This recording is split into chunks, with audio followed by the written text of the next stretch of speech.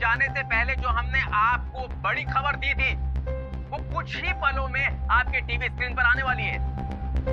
तो बस वो लम्हा जिसका लाखों लोगों को कई दिनों से नहीं बल्कि कई हफ्तों से इंतजार था, वो मिस्ट्री रेबल वुमन के नाम से जाने जाने वाली महिला जिसने अपने साइलेंट प्रोटेस्ट और तीखे चुभते सवालों से पूरे देश को झकझोर के रख दिया है, आज अपने प्रोटेस्ट और जिंदगी से जुड़े हुए कुछ राज हमारे साथ शेयर करने वाली है। आइए उससे पहले देखते हैं वो वीडियोस जिससे वो काफी चर्चा में आ गई है। ये देखिए इनके होठों पे लगी हुई है काली टेप और आंखों में है अजीब सा जुनून। आप देख रहे हैं कि इनके हाथों में है प्लेकार्ड जिस पर लिखी हुई है हमारी संस्कृति से जुड़ी हुई कुछ अहम बातें, जो न कहते हुए भी हजारों बातें बोल देना चाहती है।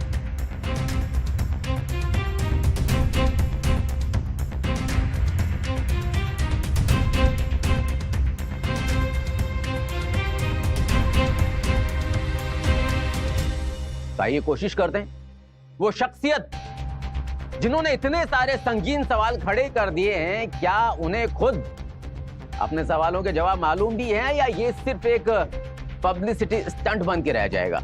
आज आपको पहली बार इनका नाम मालूम चलने जा रहा है, तो स्वागत कीजिए।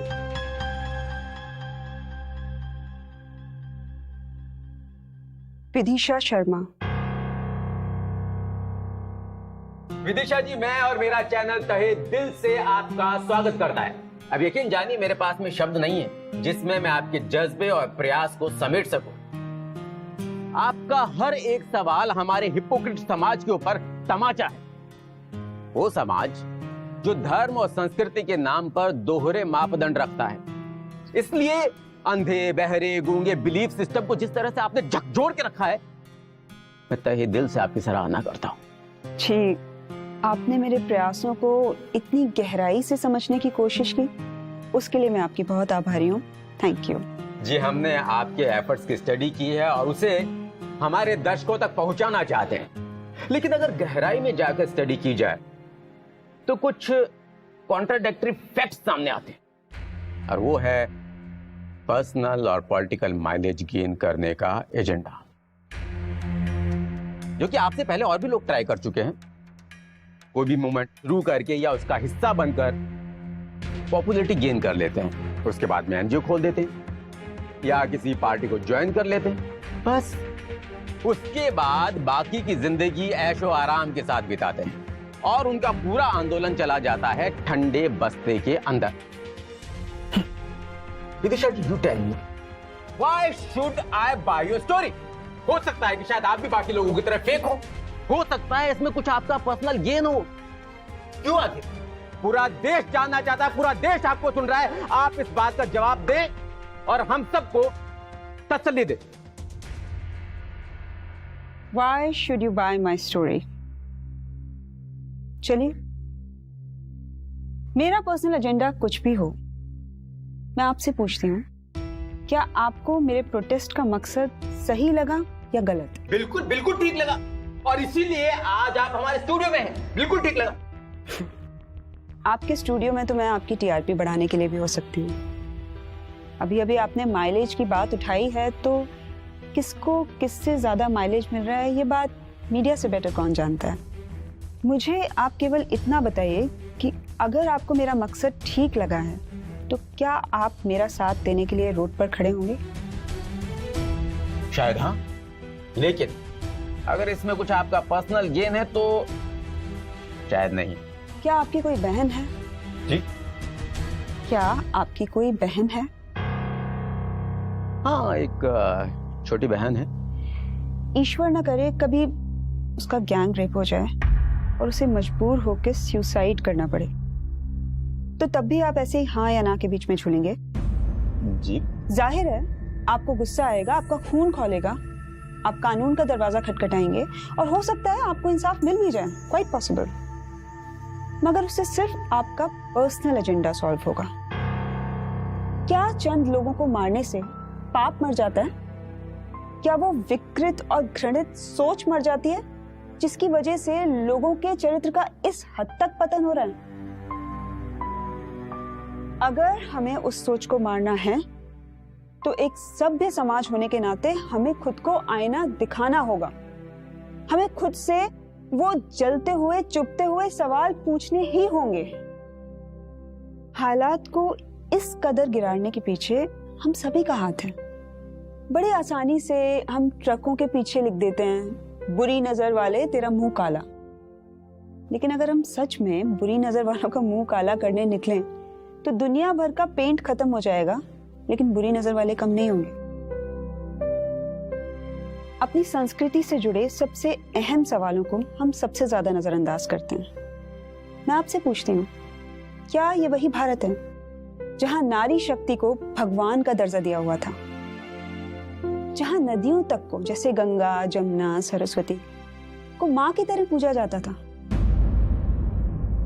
जहां बाघ बकरी एक घाट पे पानी पीते थे, जहां अर्जुन को सिर्फ अर्जुन नहीं कुंती पुत्र अर्जुन कहा जाता था, यानी बच्चों को उनकी मां के नाम से जाना जाता था। और अब वंदे मातरम, भारत माता की जय एक फैशन की तरह कह के दूसरे की मां और बहनों पे गिद्ध दृष्टि रखी जाती है।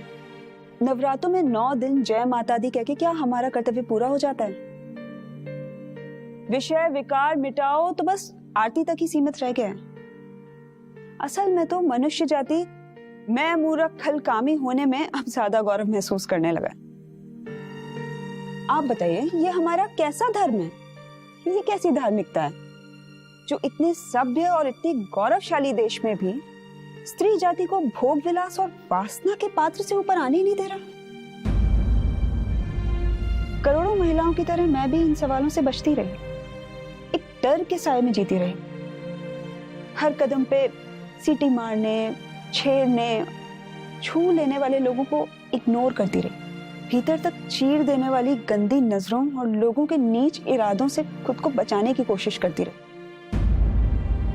लेकिन एक रात उन्हीं को कुछ और ही मंजूर था। एक ऐसे दर्द का सामना करना पड़ा जिसके बाद इंसान दर्द और पीड़ा से ऊपर ही उठ जाता है। मेरी छोटी बहन वाणी कॉलेज के प्रोजेक्ट के लिए शहर से कुछ दूर रामनगर गई।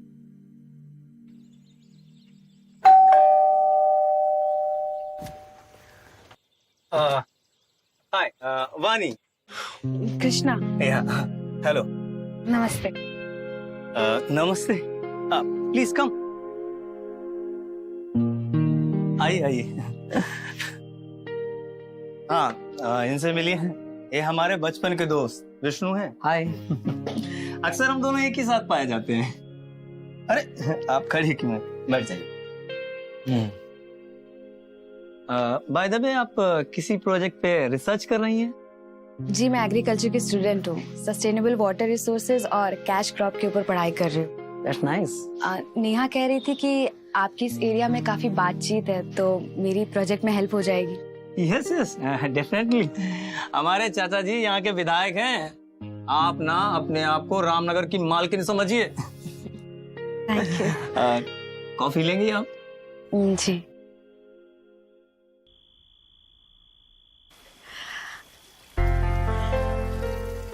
हाय दी। हाँ, मैं अच्छे से पहुंच गई हूँ। The house is good and the room is also good. हाँ, लोग भी बहुत अच्छे हैं सब। हाँ दीदी, हाँ मैं अपना ध्यान रखूंगी, बाहर का कुछ नहीं खाऊंगी, ड्राई फ्रूट्स पॉकेट में रखूंगी, रोज फ्रूट्स खाऊंगी, ढेर सारा पानी पीऊंगी and before sunset back to the room. ठीक है? गुड नाइट, सो जाओ। Love you. बाय।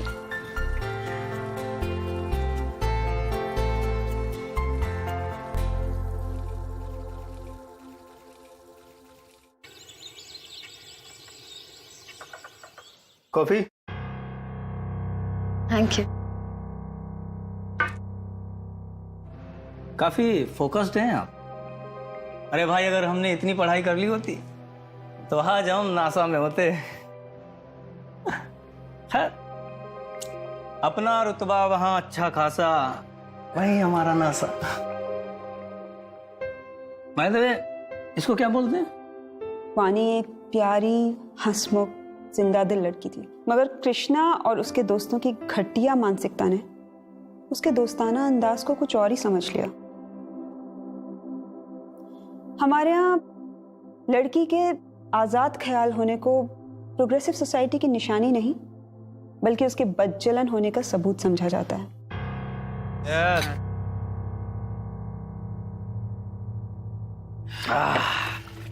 वानी, अरे भाई का बर्थडे। अरे आइए वानी जी, आइए। नहीं थैंक यू। अरे आइए ना। मैं ठीक हूँ, मैं पीती भी नहीं हूँ। अरे जॉइन अस, कम ना। अरे आइए, अरे बैठिए बैठिए, अरे बैठिए, कम ना। अरे जॉइन अस प्लीज, कम। एक ड्रिंक तो आज आपको लेनी पड़ेगी। बना पैक बना। लीजिए वानी।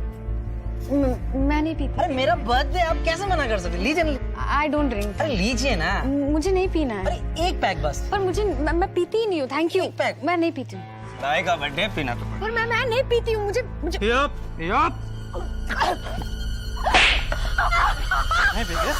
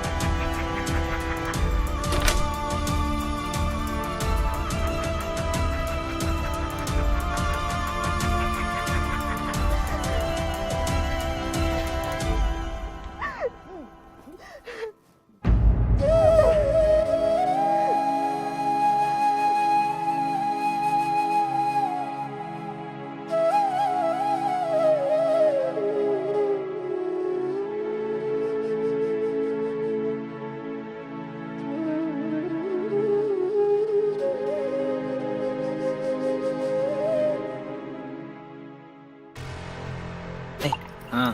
अरे एक बात बताओगे यार? अरे वो किसी को बता तो नहीं देगी? अबे डर का है बे, हैं? अरे इतना आसान नहीं होता लड़की को ये सब बताना।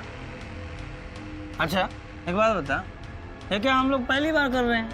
आज तक कोई लड़की पहुंची है पुलिस के पास? नहीं ना? हाँ लोग अगर पहुंच भी गई, साला सुनेगा कौन?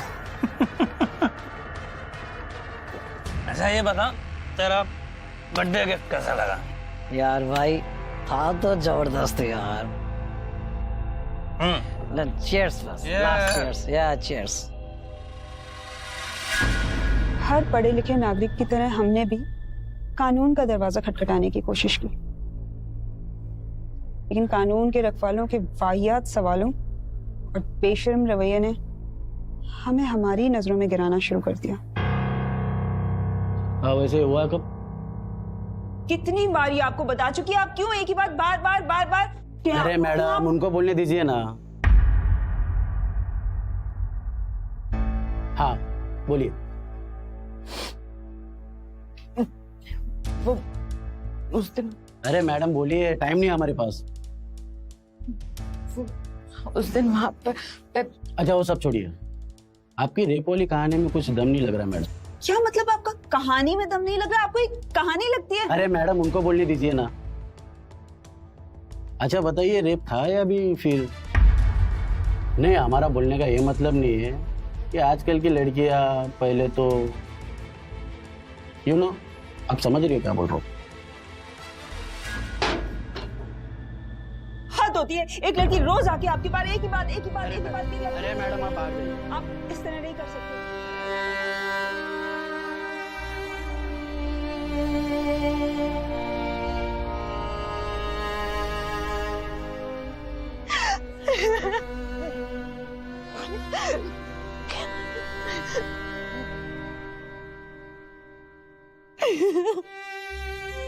केस को रफा दफा किया जा रहा था और साथ ही हमारे लड़ पाने की ताकत को भी।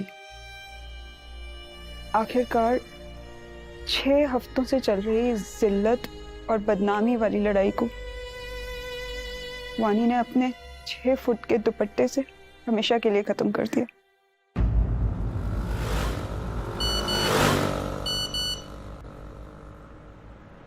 और नहीं सहा जा रहा था दीदी।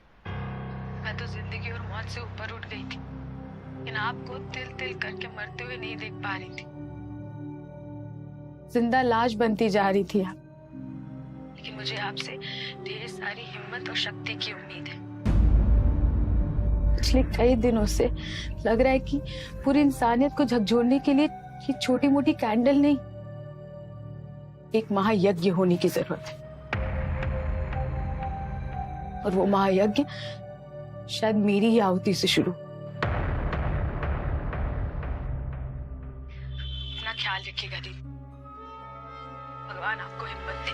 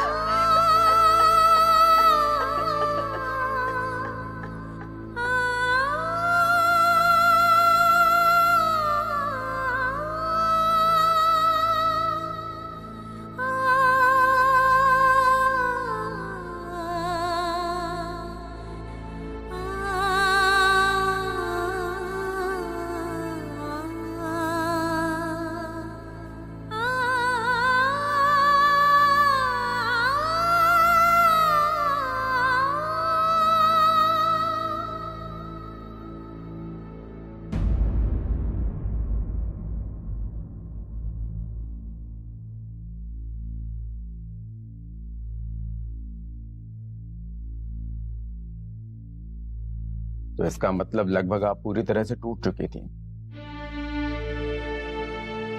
आपके जीवन में कुछ नहीं बचा था।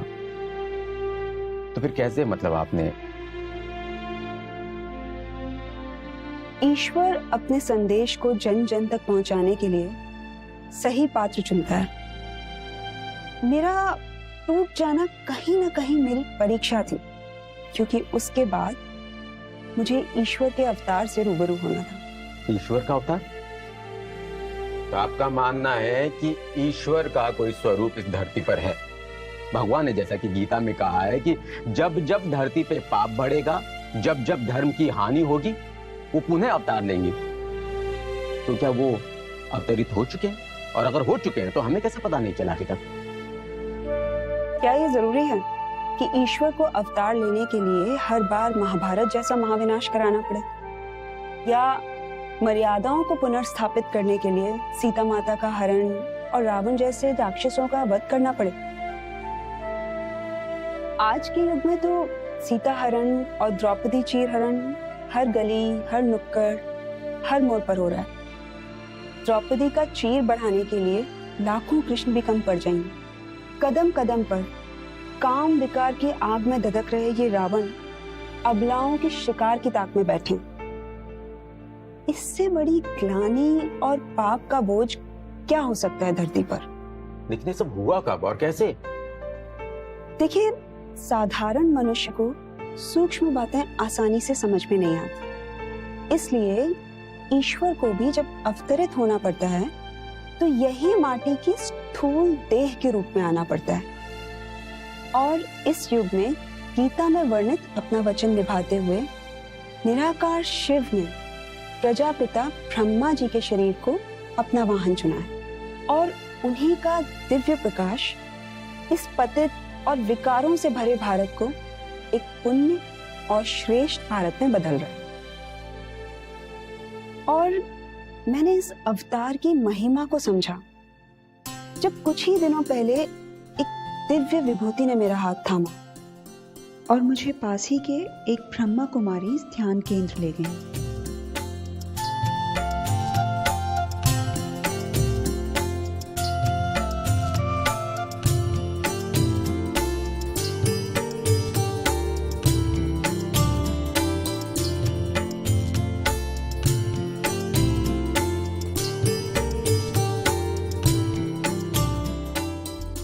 तुम्हारी कहानी बेहद पीड़ा पहुंचाने वाली, लेकिन ये कोई अलग अनोखी अनहोनी नहीं है। पापों के बोझ से दबी जा रही इस धरती पर अब नित्य ही घोर से घोर दुष्कर्म होने लगे। शायद तुम्हारी बहन ने अपने आखिरी संदेश में सही कहा था कि इस दुख को सहन कर अपनी सारी शक्तियों को समेटो, अपनी पूरी शक्ति को समेटो और मानवता को उस उम्मीद की किरण का परिचय करवाओ जो सबके अंतःकरण को फिर से शुद्धि की ओर ले जा सकती। पर कहाँ से जुटाऊं इतनी शक्ति? लड़ना तो दूर, अब जीने की इच्छा ही नहीं बची। मौत ज्यादा बेहतर लगती है जिंदगी से। मृत्यु तो वैसे भी तय ही है। जीवन एक संयोग हो सकता है, पर मृत्यु तो अटल सत्य है ही। और इस अटल सत्य को तो भगवान के अवतार भी नहीं नकारते। वो भी नश्वर शरीर धारण करके ही इस लोक में आते हैं। कितनी आश्चर्य की बात है कि मारने और मरने के तरीके तो सभी जानते हैं, पर जीने का सही तरीका कोई सीखना ही नहीं चाहता। स्वयं को समाप्त करके तुम विषय, विकार और पाप में लिप्त इस संसार के आगे आत्मसमर्पण कर डालोगी। इससे बेहतर ये होगा कि तुम अपने संपूर्ण व्यक्तित्व का रूपांतरण करो। हाथों में सत्य की मशाल लेकर काम, क्रोध, लोभ, मोह और अहंकार की घृणित विकृतियों में दबी मानवता की चेतना को सजग करो। प्रजापिता ब्रह्मा जी हर कदम पर तुम्हारे साथ खड़े नजर आएंगे।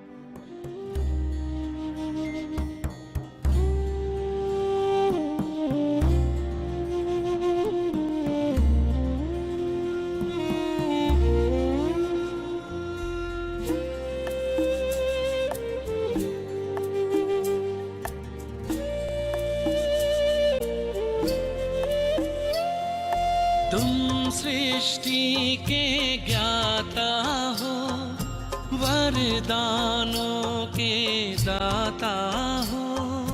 तुम सृष्टि के ज्ञाता हो, वरदानों के दाता हो। हम तुमको पाकर पाए,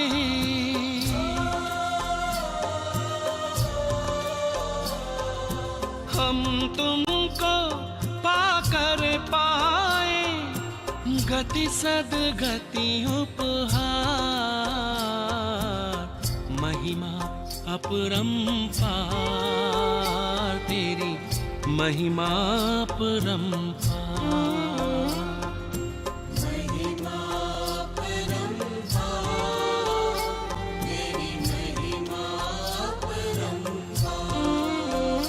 मेरे परम पिता परमात्मा,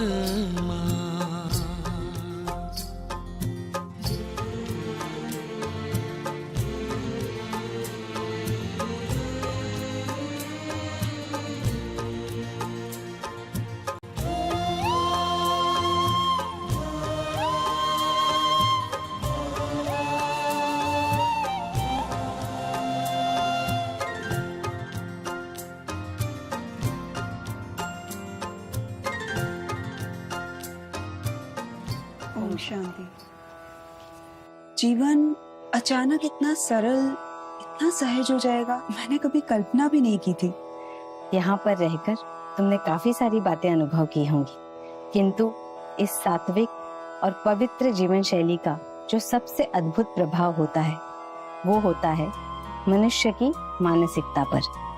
जीवन में जिन वस्तुओं को हम कीमती मानकर चल रहे थे वो हमें तुच्छ सी लगने लगती हैं, और जो चीजें हम मुफ्त की समझकर चल रहे थे उनको हम दरकिनार कर देते हैं, नजरअंदाज कर देते हैं, जब तक हमें इस बात का पता नहीं चलता कि दरअसल वो ईश्वर की दी हुई अनमोल शक्तियां हैं, और ईश्वर की दी हुई उन अनमोल शक्तियों और साधनों का हम सही आदर करना सीख जाते हैं।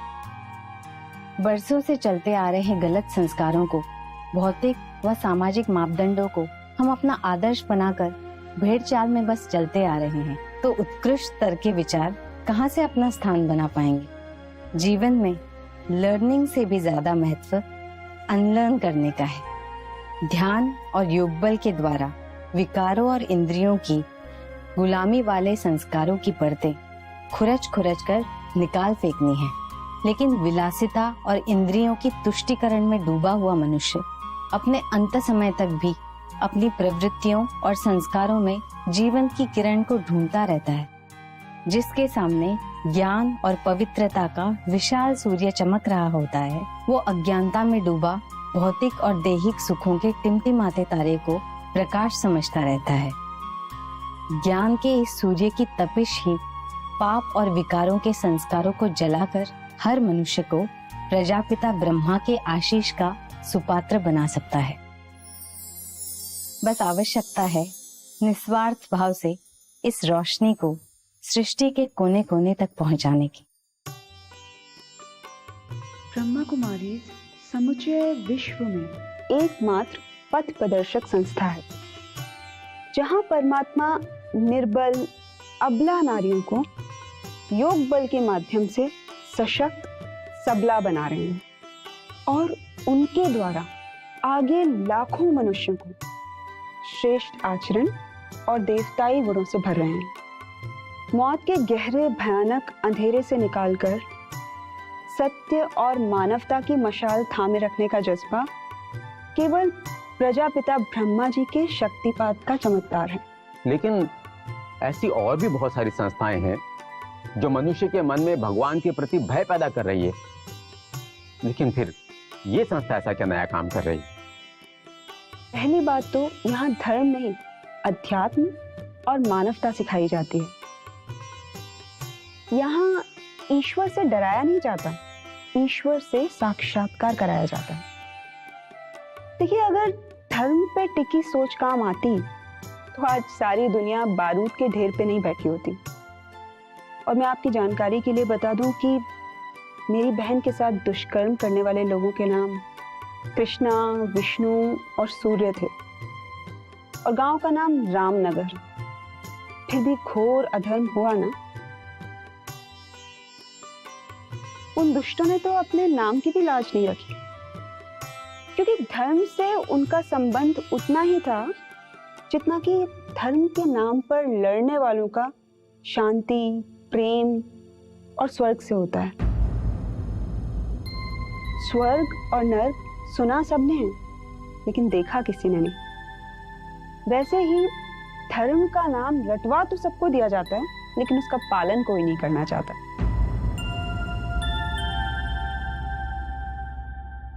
तो मतलब कुछ गंभीर घटित होने वाला है। अगर मैं इस बात पे यकीन करूं कि भगवान ने गीता के वचन के अनुसार अगर प्रजापिता ब्रह्मा जी के रूप में अवतार लेकर अपना संदेश दे दिया है, तो मुझे इस बात पे भी यकीन करना पड़ेगा कि विश्व में बड़े स्तर पर कुछ महापरिवर्तन होने वाला है, क्योंकि प्रलय के बाद में ही नए स्वर्णिम युग की शुरुआत होती है। आपकी चिंता बिल्कुल सही है। सृष्टि प्रलय के द्वार पे ही खड़ी है। आप सोचिए ना, जब एक 4 साल की बच्ची और 80 साल की वृद्ध महिला के साथ दुष्कर्म हो रहा है, तो ये प्रलय का ही संकेत है। पर भगवान इतने निष्ठुर नहीं हो सकते कि परमाणु युद्ध या किसी प्रकार की घोर विपदा डालकर संपूर्ण मानव जाति को ही नष्ट कर दे। नहीं, मैं नहीं मानता।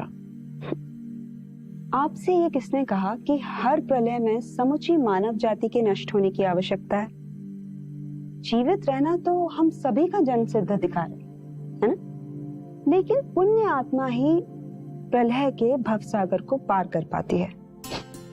पाप आत्माओं का उसमें डूब के मरना निश्चित है। अभी भी मानव जाति के पास अवसर है कि वो अपने अपने कर्मों को भगवान शिव के माध्यम से प्रजापिता ब्रह्मा के दिव्य तेज की अग्नि में तपा के सदाचार की राह पे चलते हुए विषय और विकार के अधम जाल को काट डाले। देवत्व के पुण्य मार्ग पर चलना इतना भी कठिन नहीं है और ये बिल्कुल भी जरूरी नहीं कि स्वयं के रूपांतरण के लिए हर किसी को मेरी जितनी बड़ी कीमत चुकानी पड़े। इस दिव्य चेतना से भरी जीवन शैली को अपना अस्तित्व सौंप दीजिए, फिर देखिए एक स्वर्णिम कल हम सभी का स्वागत कर रहा है। मनुष्य जाति के लिए अंतिम अवसर है।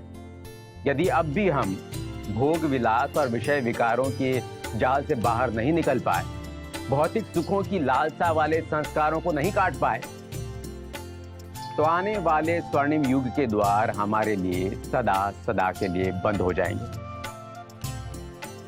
ऐसे उम्मीद भरे पॉजिटिव नोट के साथ में आप लोगों को छोड़ते हुए ये बुलेटिन यहीं पे समाप्त होता है। अपने अंदर झांकिए और चिंतन कीजिए। ओम शांति।